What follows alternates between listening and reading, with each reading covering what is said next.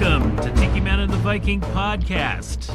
And he is Tiki Man. I am H.B. Burlow, the author of the historical crime fiction series The Ark City Confidential Chronicles and the new series The Wichita Chronicles, with the new book, Volume 2, The End of the Treachery. And when's that coming out? December 9th, 2024. And the man who just said that is the Viking. I am the Viking. I am William Bryan Johnson, author of Hell to Pay and The Dark Cry of Ariston. See, sometimes I do it too. My brain just goes off into space and I think, oh yeah, butterflies and that lovely field I found. And with us, Susanne Lambdin, author of Dead Hearts and the Realm of Magic series and Star Trek Generations Season 4, a continuation of our podcast. Yay! So what was it you just said? What did I just say? Yeah, what was it you just said? And I glared at you and I said, let me start the podcast.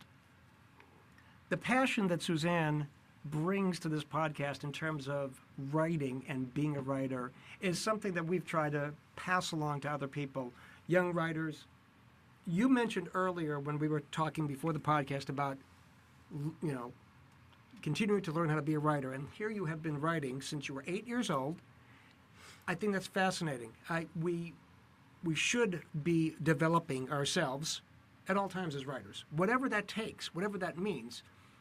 What have you learned recently about yourself as a writer or about being a writer that is different than what you knew all the years beforehand? That's a good question. I'm more aware now of what an individual reader might want in a story, where before I just wrote characters that I identified with, that I liked, or just appeared on the page and demanded to have part in the story. They would come out of nowhere, and but now I'm more aware, and I will give you an example. So it was 2 years ago. I wrote a story for, so I think Blackstone Publishing is owned by Disney, and it is Alien versus Predator. So they own both of those franchises. Mm-hmm. And so it's a collection of short stories by different authors, and the one that I am in is Alien versus Predator Ultimate Prey. And my story is called Blood and Honor. And the character in this is a trans female. And I have gotten some heat who object to this character and are highly offended that I would stick a trans character in the Alien Predator world, which in Alien, the very first movie, dang it, what's the one character? The one gal. Not Sigourney Weaver's character, the other character is trans in Alien. Read up the bio and you will see it. Alien or Aliens? Alien, the very first movie. The other female character on the ship. We could look her up. Veronica Cartwright. Yeah, Veronica Cartwright's character. That's a trans character, and it's in the bio. It says so. So I thought, why is anyone offended? But I had a friend who lives here in Wichita, and she's trans. And she said, there's no strong characters that represent me, and I wish someone would write me a hero. I'm thinking, as an author, I'm going to write about everything and everyone because it just gives me more to write about.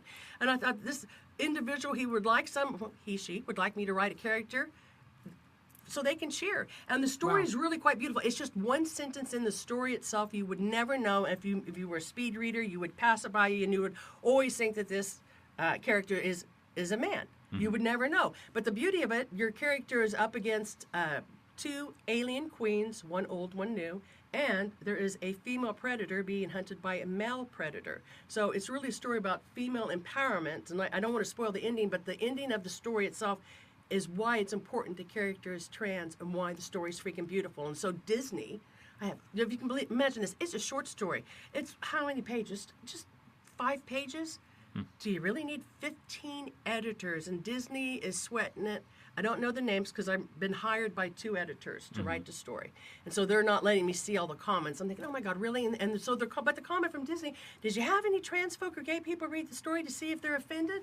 I'm thinking, are you telling me that everybody editor or everybody at Disney, there isn't anybody there who could read it that would have an opinion? So I have quite a few readers that are trans, that are gay, because I always include them in all my stories. It's not about that. It's everyday people. Right. We're all in our lives, so just write about everyday people.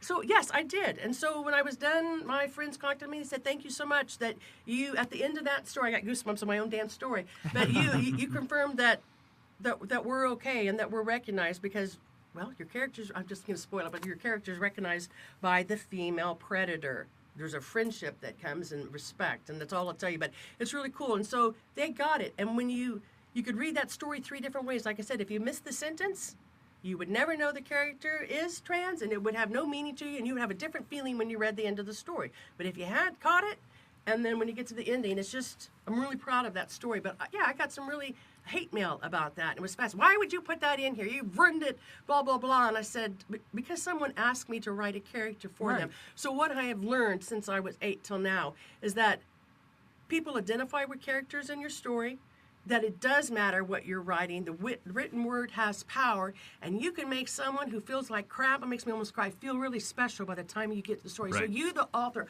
are responsible. And I'm just going to do a segue quick. But I had a friend who wrote a story, and it was a vampire story set like Gone with the Wind, okay? So an old plantation in the Old South. Well, she wanted it to be like Gone with the Wind meets vampires. And I said, okay, but to be historically accurate, which you would know as a historical writer, doesn't mean you have to use the offensive terms that they used back then, and it also doesn't mean your characters, which would be your black folk, don't have to talk like that. And so one of the characters, the head vampire, whatever, his servant, is a black character, but he's a vampire. And he's been a vampire for however long. He's not going to talk like... Right. He's not going to talk like that. So I told her, your book's offensive. There's no reason to use the N-word. I'm trying to be historically accurate. Yeah, I get that, but you're also... This is the other big point, what I have learned. I'm writing for today's audience. I'm not writing for someone that lived in the 1860s. I'm not writing for someone that lived in the 1980s. I'm writing for people today. And a lot of your main readers are Gen Z. Yeah.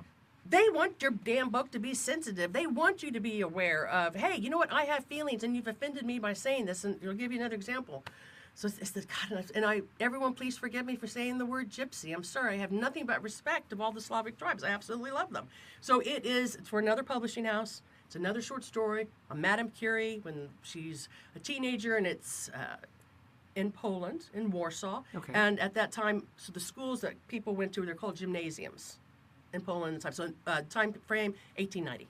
Okay. So your main character obviously is Marie Curie when she's in school, and so I took horror tale from Slavic folklore, and it's these cold white ones, and I can't give you the foreign name for the little creatures, but they live in the swamps and they infect the town. The water is infected. People who are drinking it are dying, and it's horrible. So the person who saves the day she's not from Romania. She is not Roma. I said gypsy because 1890s, that's a term we would have used, so probably not good, and I'll explain why, because I got some heat from it.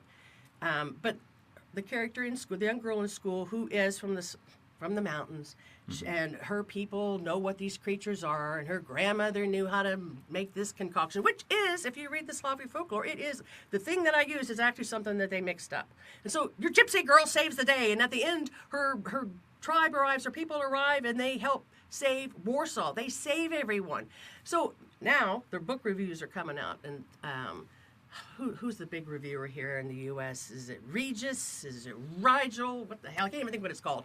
So the standout story in, the incredible secret adventures of Marie Curie is Susanne Lambdin, with the exception that she's offended a whole group of people by her use of that, the G word. And I'm thinking, oh my God. So I turned to my friends who are Roma from Romania. Mm-hmm. And so one of my friends is called Gypsy. He is a Gypsy. He's from the Septa tribe, and he goes by that name because he's proud, and he told me that people so if you're 50 and older, you would not be offended by that term. If you are younger and you're Gen Z, you are going to be offended by that. And I'm thinking, well, God, I'm kind of damned if I do, damned if I don't. But the whole point of the story was they're the heroes in the story. I'm supporting you. I'm on your team. I'm cheering for you. I'm sorry I used that word. But to me, that particular word is beautiful. However, I'm not Slavic. I don't come from Romania. I don't come from that area, so I don't get it. Well, and I remember even 5th edition Dungeons & Dragons when they came out with The Adventures of Strahd, which was their big, strong vampire Transylvania story. The Roma fit into that. And then there was a big thing that came in and said, hey, we're sorry, we're going to try to rewrite these characters because we feel that we have used the stereotypes that have been used. And then they completely re-released the 5th edition version again. If you had used a different word for the whole sensitivity thing, would it have impacted the story Would it have been a detriment? No, it wouldn't. It would. This is what fascinates me. So if it's with a major publishing house, with high-level professional editors, you didn't know that was offensive, and you want. And I hate to. I really try to be sensitive to people. My editors were not. They must have known that would have been offensive to someone, and no one told me, and I wasn't thinking along those lines. I was thinking in my own romantic head that I think it is very romantic. It stirs in me an image of.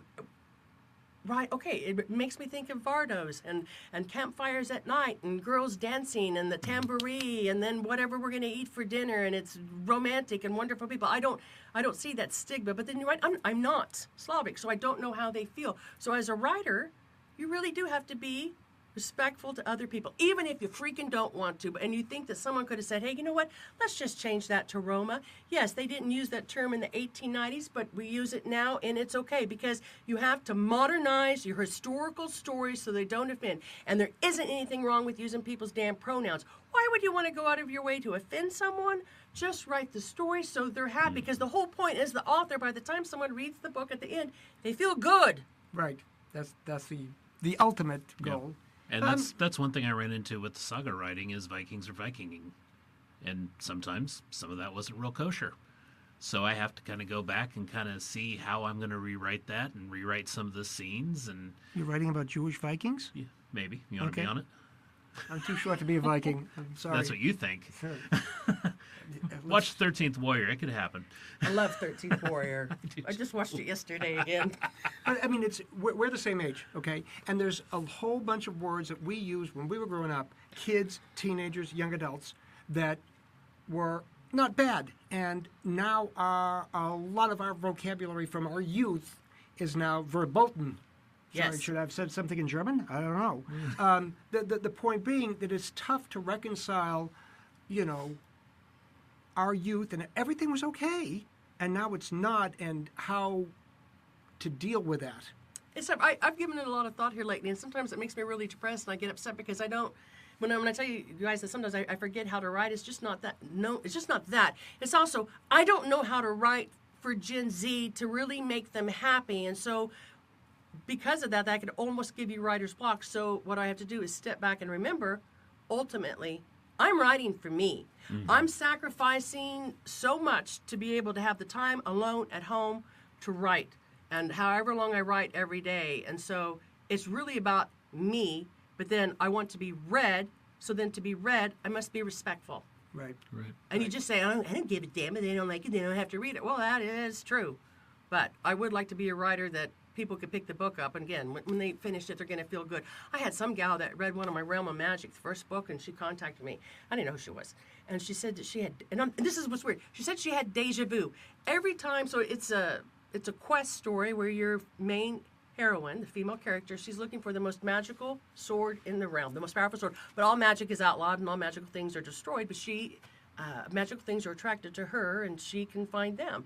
And so I take you. So I told you when I first write a story, I come up with the map. She went through the whole world. I mean, she's going to location after location. And so I'm thinking, if I'm inventing it in my own head, and it's never been published before, so you never read it, how do you, the reader, have deja vu? So when I thought about it, I thought, you know what? That's got to be the ultimate compliment, that you're feeling like you'd been there before when I just wrote it. Yeah. Okay. Wow. So that made me feel really good. I thought, oh my God, yes. That's what you want. But I thought, yeah, isn't that weird? Deja vu, and it didn't even exist except in my own head. So Since we're talking Realms of Magic, when is the second book coming out? so it's out. Red Knight has just come out. Is it? Really? So you can buy this book now. So the second book, Red Knight, the first book is The Winter Prince. Mm-hmm.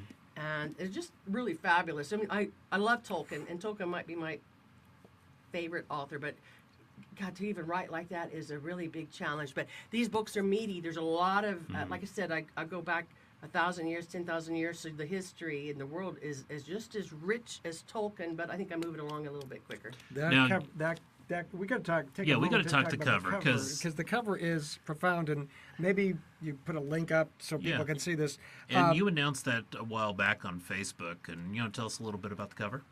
Yeah, so on this particular cover, so in the Red Knight, my main character, and I'm writing from a male point of view.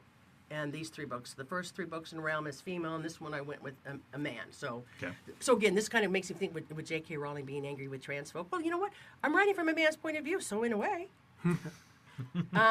So you have to be able to identify with other people and jump into their skin to write. And I have to think like a man and be a man to write from a man's perspective. So in this book cover is just so really lovely. It is your main character is going down to into the South where it's female, so like the Amazonian women. So it's an empire of women, which one of my editors had to fire because they laughed. Strong women, it's so funny. An empire of warrior women, that just doesn't work. I don't see it. I thought, oh my God, then I can't have you edit if you're going to mock the damn story. Yeah. But it has a really nice, really fun. Has sea battles. So think of it, ancient Rome, in big war galleys, and then since this series of Realm of Magic is called the Swords of Draconis, my main character, I don't even know how many magical swords he comes across and uses, but it's looking for the one most powerful sword, which actually it's way too powerful. Leave it alone. But he comes into contact with other magical swords, and so on the book covers, it's always one of the magical swords he came across, and this happens to be the sword he gets made for himself. And so it's just these colors of the clouds and the sea battle going on, and then that fire on the beach with the sword coming out of the sand. It's just really beautiful, and it really gives that feeling of what the book is about, which, well obviously going to be a lot of battles and magical weapons. Which isn't that what a cover's supposed to do? Right, and so you know what, when they always say before, they say, oh, don't judge a book by its cover. No, please. Judge. Now, so that's something else I learned. So back when we had book covers, think about when we were growing up, and you wouldn't really even think about it, but people would say, don't judge a book by a cover, and you didn't. You're just enthusiastically reading every book that comes across, really not paying attention to the covers. But nowadays, what sets professionals apart from amateurs, when you're going to go to a Comic-Con and you're going to buy a book, or you're going to go to a used bookstore and buy a book, it really is the damn cover. If the author has taken the time to hire a quality illustrator to reflect what they feel that the book is about, it's right there on the cover, and you know what?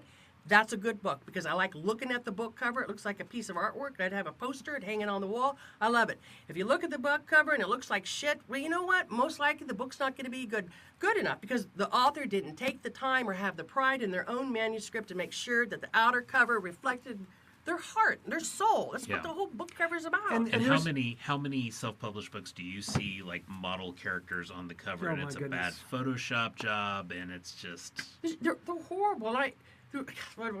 Obviously, I'm not going to say the author's name, but the book cover was so horrible. And it just How was. horrible was it? And how horrible was it? It's a black cover, and there's 3 floating heads on the front, and whatever the dumb name of the book is. And I looked at the cover, and I said, it's 3 different species. I can see that. But what the hell is the book about? Whatever the title was, I can't even tell you, but the title told you nothing, and you could see an alien, a girl, and whatever that freaking thing is. But all it did was annoy the hell out of me. It told me I don't want to read your book because it looks chaotic and you're unable to convey what your emotion is. And so that means that if I'm going to read your book, I doubt you can also convey what the hell's going on in the story. I didn't want it. Where you go into a bookstore and you think how your eyes are drawn to beautiful books. Exactly. Well, most likely when they're beautiful on the outside, it's for a reason, because they are beautiful inside. And I think it's an interesting thing talking to authors that are investing in covers and professional editing. You know, it's hard because we don't make mints off these books. No, maybe we should talk about money too. And it is hard for us to sometimes recoup the cost of what we want in a book. The first year when I published at the age of 50, and my first book's Morbid Hearts and Dead Hearts, I hired a publicity firm and had them help me with the website. Uh-huh. $15,000 later, my first year. I just retired from working at the family law firm, and I went through 15. I'm thinking, oh my God! So obviously I've been taken advantage of by my publicity folks that are Right. working for me, Yeah. and I've just been 15. And so then you have to turn around, you have to buy author's copy, and I think I bought like 200 copies of my first book. Well, guess what's inside? That baby called some typos. Oh my God, I read your book and there's typos here, and thinking, oh my God, there's typos in my first book. This is outrageous. So I went to the Rain here in town, and because there's nothing better than a bunch of gay boys, and partied them up, and I handed out 200 books that night and signed them for everybody and gave away a free book because they had freaking errors. That cost like $600 to get 200 books, and then I had to turn around and correct the errors and now buy more books again. And that first year, I can't even tell you how much I spent. Have I recouped it? I don't know. And so then it was the long haul of trying to find the right editors, because I always say, as an author, you're only as good as your editor. Mm-hmm. So if your editor's shitty, or if you yourself are your editor, you really need somebody else giving you some feedback. And editors are now, I'm finding, are not giving you that feedback that you need to come back. Right. If you don't like it, then just tell me. This sucks. Just take this whole part out. I Right, didn't exactly. understand it. I don't like this character, but you need feedback, and they don't do that. Instead, you just, yeah, this is good. Yeah, it's ready to go. Make the grammatical changes. And you're thinking, but did you like this character? Do they have a story arc? Are the subplots all connected? And since that, I'm telling you, since COVID, even the editors, no one's brains, I don't think, globally, are working right. I don't know if we're tired. We all need a vacation, most likely. We're but, all still dealing from the PTSD of yeah. COVID. Right. I see that effects, and so part of it is you're not able to get that in-depth feedback from individuals before that you really relied on, and that's the Well, editors. even I think since COVID, we're starting to see agents put out other panels and be for hire editors.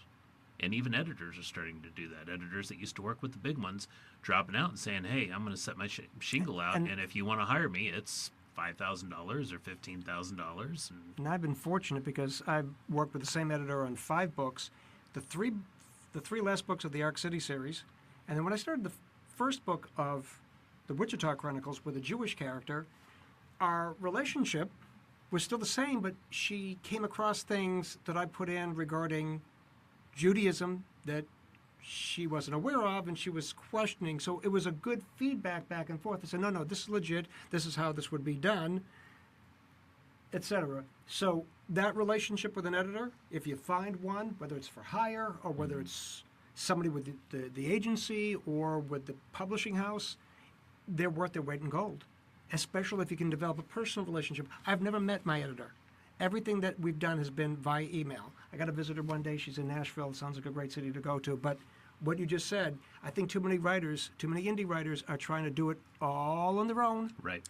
They do, and that is great. They try to, and even coming to designing their cover, or they don't have enough money to make a nice cover, so whatever site. It's not always Kindle that you're publishing over. Canvas and they're ugly. And God, that brings. And there's 2 things I wanted to say. Remember that, but editors. So, Realm of Magic, first book that came out. The hero is a big, muscular, bald man, and his body is hairy. Hell yeah. I think that's hot. The editor was a English professor out of OU, and she wrote me back, and oh my God, your character. So there's one scene, right? He takes his clothes off. He's hairy. He's just back or hairy, and doesn't have any hair. And statistics say that 90% of American women like slender, muscular men that are brunette with blonde hair, and blah blah blah. I'm thinking, fine. If you want that hero, read him in a damn romance book. Mm-hmm. This is a knight. He's a warrior. This is how he looks, and he's a fabulous character. And you know what? The heroine, she loves him, and my readers loved him and identified. Because you know what? He's not a beautiful man. He's a big, rugged man. And so I wanted to represent that. But I thought, isn't that funny? The editors tell me women won't like that. I'm like, screw them. That's the one time I said screw them, because I thought readers will, because it's the character's so meaty and so wonderful. It's like a real person. And how are you going to hate somebody based on how they look like? Don't you? And books are cerebral in the first place. So can't you imagine a sexy bald man? Because I can. With a rug for a chest. Let's, Right? Come on. Isn't that some funny? some women find short, old Jewish guys sexy, but They one way, do. yeah. They If you want to manscape, keep manscaping. But Yeah, some of us like Harry. And that's, but again, it shows I don't want to say the prejudices of people come out when they start making those comments. As opposed to, she could have said to you, wow, that was pretty daring for you to go with this route, as opposed to, no woman's going to want this. It's like, It's like you're so wrong, and I've been noticing too, like a lot of the TV shows now that we've got right now, they're finally starting to have I want to say curvaceous lead characters. Her heroines now are a little bit heavy set. right? She's size 16 or size 18, and I'm like, you know what, bravo, because everyday people, that's who we all are, and I'm really tired of books you read, and they're always beautiful people. Just beautiful people. What is beautiful about someone is what is on the inside, or what they're doing for someone else, their actions. people helping other people. That's what makes them beautiful, a fun personality. And I guess it's all, beauty's in the eye of the beholder. But it's a testament also to what you referred to earlier about your trans friend and putting the trans character in the short story. You're wanting, how many of the readers are svelte, perfectly formed and shaped? How many men are all rugged? Readers are all types. And if you're including different types in your stories, you're drawing in a bigger audience. My people are all svelte due to a parasite that's lived in the water now for 30 years. oh my gosh. And I co-host a podcast with this man. Oh, my. And we're going to go ahead and pause there, and we will return. Thanks. Take care. Bye-bye. Bye-bye. Tiki Man and the Viking Podcast brought to you by Rumination of Thunder Media. The following intro and outro music was used for this media project. The music Find Them by Alexander Nakrata. Free download from filmmusic.io. License Creative Commons Attribution 4.0 International.